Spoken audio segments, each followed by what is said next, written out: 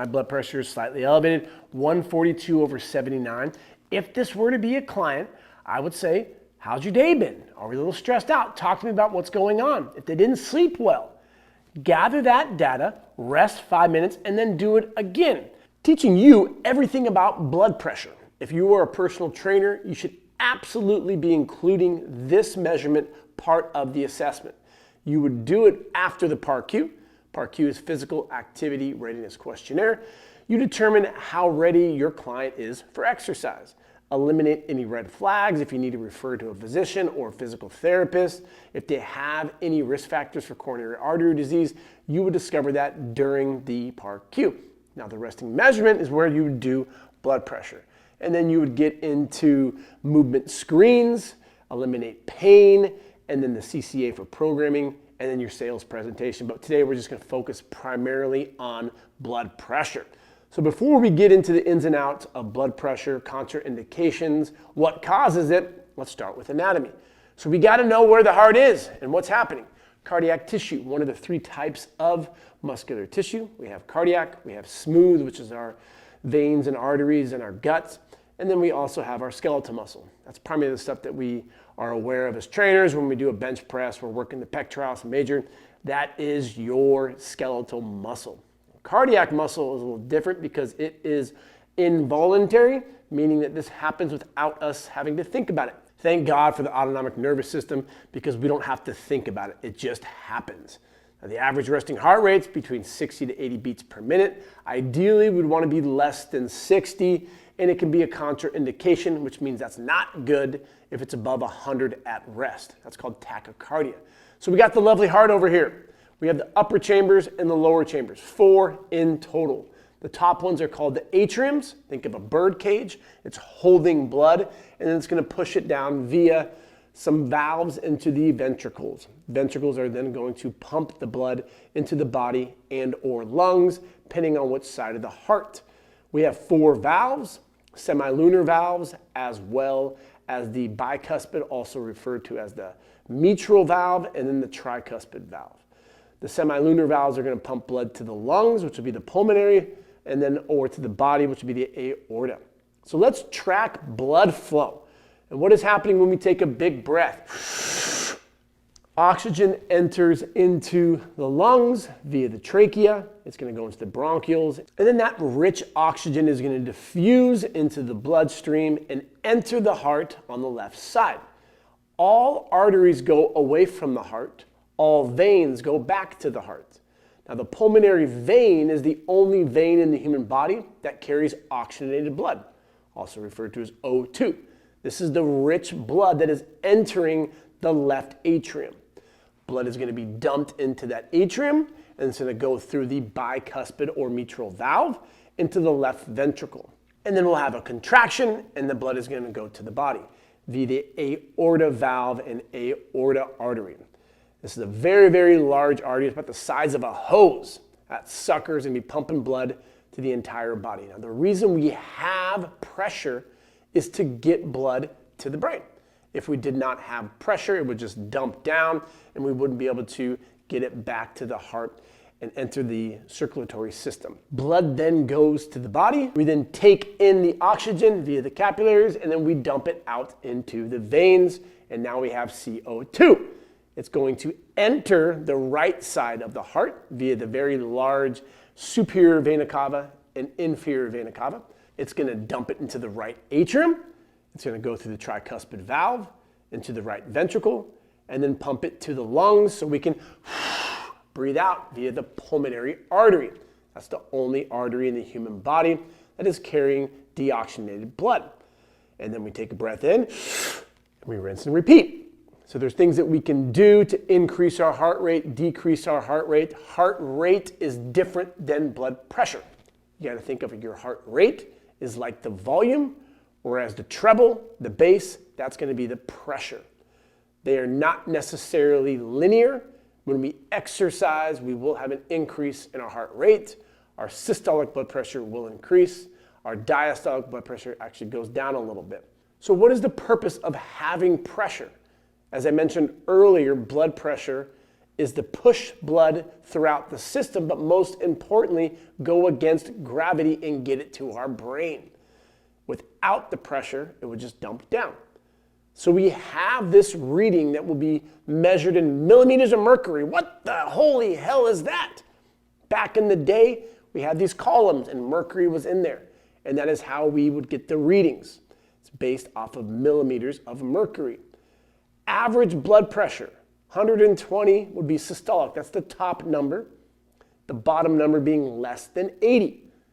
Ideally, we want to probably be around 115 to 175. But it is a U-shaped curve. We can have too high of blood pressure. We can have too low of blood pressure. We want to be like Goldilocks, right in the middle. And so for an athlete, if we're exercising regularly and for longevity, the lower the number, within reason, it's better. We have pre-hypertension, stage 1 and 2, and then we have hypertension. Hypertension is your blood pressure is greater than 140 or 90. Only one of those numbers needs to be elevated to be given the diagnosis of hypertension. It's called the silent killer because you could feel great, but inside that pressure is rising. And like a dam, it's building up and then all of a sudden, boom, we're dead. More than 700,000 people die annually due to CAD, coronary artery disease. And for the most part, it's preventable. This is the #1 killer for Americans. The average heart rate for a female will be a little higher than a male, about 75 to 80, where the average heart rate for a male will be about 70 to 75. The average range will be about 60 to 80 beats per minute. And you can check your heart rate via your radial artery. Place your 2 fingers, you'll feel a little tap. That is checking your radial pulse. Brachial pulse is where we check our blood pressure. Now, the smaller an individual is, the higher the resting heart rate will be. Mice have an insanely high heart rate. Babies, the metric that we start with, 220 minus the age. Resting heart rate significantly above 220 for an infant. As we age and as we grow, the heart rate will come down. You've probably heard of different formulas, 220 minus the age or 208 minus your age. This is based on the average maximal heart rate. The average blood pressure should be less than 120 over 80. Now we can get a blood pressure that's too low. Less than 60 systolic, less than 40 systolic may be problematic. I said maybe. The test that you can do is have your client stand up and we should see the blood pressure increase. The #1 thing you need to do as a personal trainer, if you're ever uncertain with the blood pressure reading, rest, don't cause alarm, have a conversation, check it again, and if it's a number that you're not comfortable with, refer out. Mr. Jones, this reading that I just got is a little wonky, and I'm looking out for your best health. The last thing I want on my resume is killing someone during a session. Ha ha ha, not really ha ha ha. Because they call it the silent killer for a reason. If you've not been to the doctor in numerous years, it's 2025. If you haven't been to the doctor this decade, I'm not comfortable with that reading. So I'm going to highly suggest you go to the doc and get an annual checkup. Once we get that medical clearance, we'll be ready to go. Now, if that reading that you checked on your client is above 140 and or 90, recheck it, take some time, calm down, parasympathetic breaths. If it were to be above 140 and or 90, which is called hypertension, I would refer out to get that medical clearance. And you're going to learn about contraindications. Contraindications is the doc going to be saying, do this and not that. Avoid doing this, don't do that. You are going to learn from that physician what you can and cannot do. Just because you have the medical clearance doesn't mean you can avoid it and do some crazy Bosu ball backflips and high intense cardio. Client has a heart attack, you are liable because it is documented in that medical clearance things you can and cannot do. So you, as the practitioner, as the personal trainer, you need to be screening your clients for coronary artery disease. The PAR-Q is learning about their medical past, but taking their blood pressure is learning about what's going on right now, in the moment. Best case scenario, you discover something. So you refer out. You saved a client's life. Now, if the blood pressure is too low, as I was mentioning earlier, it's just best to get it checked out. Especially if you stand up, you should see the systolic go up. You should see the diastolic come up. One time in my career, I had a blood pressure of 50/30. And I was like, whoa, not gonna lie. I've never seen this number before. I'm gonna go over here to my EKG book and learn a little bit about blood pressure and come back and retest you. And what it said was, have them stand up, see if the blood pressure comes up. It's not an emergency if it does come up slightly. If it were to go down, that means there's an increase in intensity and their blood pressure goes down. That's not a good sign. I would say go to the ER immediately. This is not normal. There are times when you want to scare your clients, and that is one of them. Another time I scared a client was when the highest blood pressure I ever checked, 190/110. I said, you should probably go to the ER right now. That is significantly above 140/90. You're going to come across numerous clients that have 140/90. The medical clearance gives you an opportunity to network with medical professionals. Most trainers will sweep it under the table and say things like, oh, your doctor's just going to put you on prescriptions. It's not going to do anything. We got to work out. We are not doctors. We are at the forefront of health and wellness. It is our responsibility to make that referral to the professional. It can be your responsibility to connect with like-minded professionals, Eastern medicine, Western medicine, where you align on the best protocols for your client's health, but you can never, ever tell a client to go off a medication. You cannot prescribe medication, obviously, but you're not going to have your clients be going on supplements that are going to affect weight loss and or their heart, because if something were to happen, you're liable. That is not within our scope as personal trainers. We need to know what we can do immediately to help our clients. If their blood pressure were to be 139/89, that is elevated. But I can train you knowing I'm not going to do a crazy circuit. Doing a CCA would not be appropriate because of those numbers. You may just do a C. You may just do an A. If your client is deconditioned, significantly overweight and obese, and they have high blood pressure, your job as the professional is to get them through that hour workout. If you need to refer out, you refer out for the medical clearance. If it's within our scope, you train them appropriately, letting them know the single best workout you can do is the next one. I just want to get you through this workout. That's the number one goal. I'm not going to get any trophies if I kill you. And you can say it in a fun-loving way, and your clients will kind of giggle, but they're like, oh shit, this person's being serious. Because I am. It's the number one killer of Americans. We want to reverse this, and we can via nutrition and exercise and health-conscious modifications that need to be implemented for this individual and their lifestyle. So what are some things that can increase blood pressure? Number one, excess adiposity. The storage of excess fuel long-term chronically increases systemic inflammation. When people say they are inflamed, they are probably not, because they haven't gone to a doctor to get those readings and those inflammatory markers, such as CRP, C-reactive protein. I was ridiculed on a post the other day because I was challenging someone and their inflammatory markers. You are judging? No, I'm not. I'm educating. When someone tells me they're inflamed, I go, awesome. I would love to get in contact with your doctor to review those numbers. And if they say, no, I just did my research on Google and that's why I have gut issues or whatever it may be, no. You need to be working with a physician, endocrinologist, whoever it may be, and that's a conversation that I'm comfortable having with them, if you are, to make sure that our strategies that we're implementing in the gym align with your goals long-term within your body. A close number two will be stress. There's good stress, eustress. There's bad stress, distress. And we carry stress differently. Just because you can quote unquote handle it doesn't mean you actually can. Inside, if you have high blood pressure, You may think you're handling it, but you're actually on the verge of having a heart attack.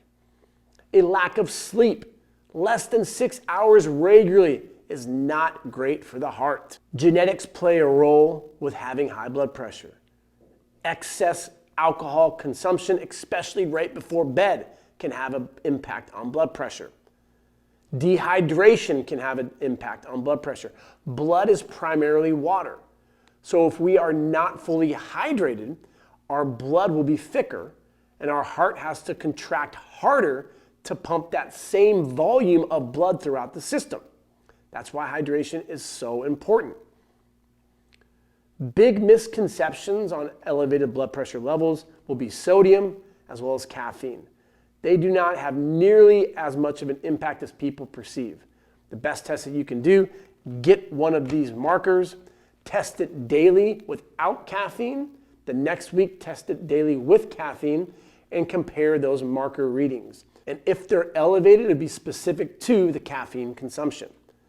You're going to have clients that will come in and they're going to freak out because they see this. They call that white coat syndrome. Or you go to the doctor and you just don't like having the cuff on your arm. It freaks you out. That's normal. So you want to help your client be reassured. It's a normal process, but we got to calm down. And then you would document a normal blood pressure. That's the most important thing when it comes to documentation. If you have a client who claims that these readings are wrong and they've been to the doctor recently, it's a very simple reach out for that client to the doc to get the medical clearance. But if they're against it, you need to record a normal blood pressure reading. You would not write down 160 over 100, but my client says it's normal. It's typically 120 over 80. Because of the fact that you documented that reading, you would be in big time trouble if something came up. So you let your clients know that you told me you've been to the doctor, you're not willing to get the medical clearance for whatever reason, but you're saying you have normal blood pressure. So I'm going to write down what your blood pressure is normally and what is it. And then they would tell you verbally and you would write that down. Now back in the day, and sometimes in hospitals today, you'll still see that old school, it's called the spigonometer. Hard word to pronounce, but they have the cuff that you would pump up. You would go to usually 160. If they had high blood pressure, you would go to that number and go 20 millimeters above what that prior reading was. You would then slowly release. It's called the Karakoff sound. Probably screwed that one up as well. That's your systolic blood pressure. And then the last number that you hear, the pump, that will be your diastolic. So when you're listening with the stethoscope, you hear the first one, bump, bump, bump, bump, bump. So while you're listening, that last sound that you heard will be your diastolic. But thank God for technology because we got some cool stuff today. I've even seen some stuff that Apple's coming out with a watch that's going to monitor your blood pressure. So we don't have to do that old school stuff, but you need to be familiar with the reading numbers and what they mean to be able to articulate those numbers to your clients. It's just going to separate you from all the trainers out there that have no idea what blood pressure is and not focusing on how important it is. The wrist one is fine. You just want to make sure to look at the instructions to make sure it's within that population who you're working with. Because if you're working with really big offensive linemen or people who are overweight to obese, the reading would be off if it's a small cuff. The same goes for the arm cuff reading. If your clients will say on here, this is going to be from up to 16.5 inches. These cannons are a little under 16.5. If you had 17-inch arms, and you would learn that from doing the measurements, this would not be the right cuff size. You need to get a thigh one, and you do not say that to your client. Oh my God, Betsy, your arms are so damn big, I gotta get the thigh cuff reading. It's not gonna go over very well. So when you set this up with your client, you let them know what you're gonna be doing. I love to explain the numbers we're looking for, 120 over 80, normal, but it's also referred to as hypertension when it's above 140 over 90. Hypertension is called the silent killer because what you're doing is establishing yourself differently from all the other trainers that are out there. And if they've been to an assessment before, most trainers do not check blood pressure. That is in your favor because the client's thinking, that's interesting. I'm coming to a gym and they're doing my blood pressure. You're not the expert to be doing this. Damn right I am because I'm a qualified personal trainer. Tell them about systolic, how hard your heart contracts. Diastolic, how hard your heart relaxes. We need that pressure to get up to the brain. The lower, the better within reason. You set them up. You don't want their legs to be crossed. You don't want them to just come into the gym if they just ran, if they're sweating, to check it immediately. Let them rest to calm down to a baseline. You're going to follow the instructions for the cuff. This is a easy at home. It's like $30 you can get on Amazon. Whatever the model says, read the instructions and implement them. The artery is going to want to go right there. So I would put my arm there, and then you would set it up. You do not want to talk while you're doing this. I'm going to be talking because it's going to be creepy and weird if I sit and just stare at you for 30 seconds. While you check blood pressure, you typically do not want to talk, so shh. Now, because I was talking when I was doing this, my blood pressure is slightly elevated, 142/79. If this were to be a client, I would say, how's your day been? Are we a little stressed out? Talk to me about what's going on. If they didn't sleep well, gather that data, rest 5 minutes, and then do it again. I check my blood pressure regularly. It's 125/85. The reason it's slightly elevated systolically is because I was talking and moving around prior to this. So this is not the perfect case scenario. I will show you what I normally have, but this machine I really like because it has red, it has yellow, and green. So you can show your client the color, and it just really makes it a lot easier for you. If you place the blood pressure cuff too low and or too high, the reading can be off. You have to practice on yourself and other people to get confident with it. The biggest outlier would be moving around, not having it aligned with your heart, having the feet crossed, and the cuff size being wrong. As I said, my blood pressure is typically 125/85. My ticker is healthy. That is great. You put it away. Now, if your client were to come elevated, you make the decision as the professional what is best for them. If it's above 140, I suggest learning more about the last time they're at the doctor and then getting them for a follow-up. If they're anti going to the doctor, which you will come across, you have to make that decision. I have definitely in my life, as a manager overseeing trainers, have had trainers come up to me and say, my client is not willing to go to the doctor, what do I do? And I would go to the client, the patient, and say, hey, unfortunately, we're not able to take you through a workout because your blood pressure is elevated. And I'm sorry you're frustrated with that, but we're looking out for your best interest. It's called the silent killer for a reason. We want to make sure that you are healthy. Oh, I don't want to go on medication. The best thing that you can do for the next month, walk regularly, get your 10,000 steps, sleep and improve that. If you come back in a month and our blood pressure is better, then we can take you through training sessions. But it's not worth it as the trainer to have a client with high blood pressure. You don't get medical clearance. You take them through a workout and then they have a heart attack. You are liable. And at Show Up Fitness, our certifications, we're all about the safety of our clients. And that's why if you get your CPT, you understand the fundamentals of movement, the assessment, and when to refer out. If you have our soft tissue certification, then you're able to implement these techniques on your clients because it's within our scope and refer out to the physical therapist. If you get our nutrition certification, you are able to implement a lot of nutritional strategies for your client, and then you can refer out to your team RD. It's about building the team which really separates you from the quote-unquote saturated market of a bunch of trainers who studied a textbook and then go out there and learn without supervision, and it's all anecdotal based. Don't be an average trainer. You deserve better. You need to gain hands-on learning, go to weekend seminars, and continually level up your specialties with the best in the game. It's all about showing up. Have a great day.